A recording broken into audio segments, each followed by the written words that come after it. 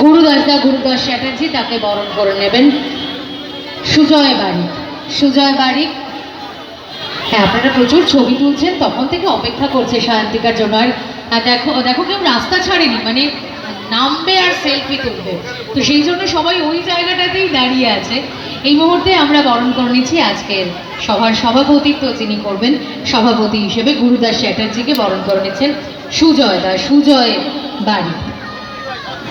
আর দেখতে দেখতে 64তম বর্ষ এই মুহূর্তে মঞ্চে উপস্থিত আছেন আমাদের সাঁকরাইল ব্লকের সভাপতি সোনালী দাস, সহসভাপতি অরূপেশ ভট্টাচার্য, আমাদের জেলা পরিষদের কর্মাধ্যক্ষ, আমাদের খুব প্রিয় মানুষ রিজিয়াদি, উপপ্রধান রাজাদা আছে, রুবুলদা আছে, এদিকে অমৃত বোস জ্যাঠাদা আছে, বিশিষ্ট সমাজসেবী বিকাশবাবু আছেন।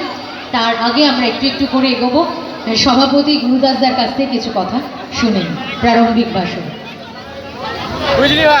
আজকে আমাদের মাতৃ আরাধনার 64তম বর্ষে আমাদের মাঝে উপস্থিত হয়ে গেছেন আমাদের প্রিয় বিধায়িকা, আমাদের সবার পরিচিতা এবং সারা বাংলার খুব জনপ্রিয় মুখ সায়ন্তিকাদি আছেন।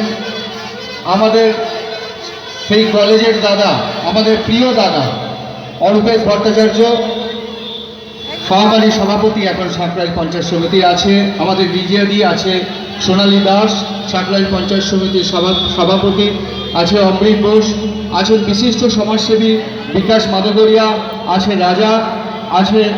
আপনারা যারা আছেন তাদের প্রত্যেককে নামখানা তেলডুবি গ্রাম পঞ্চায়েত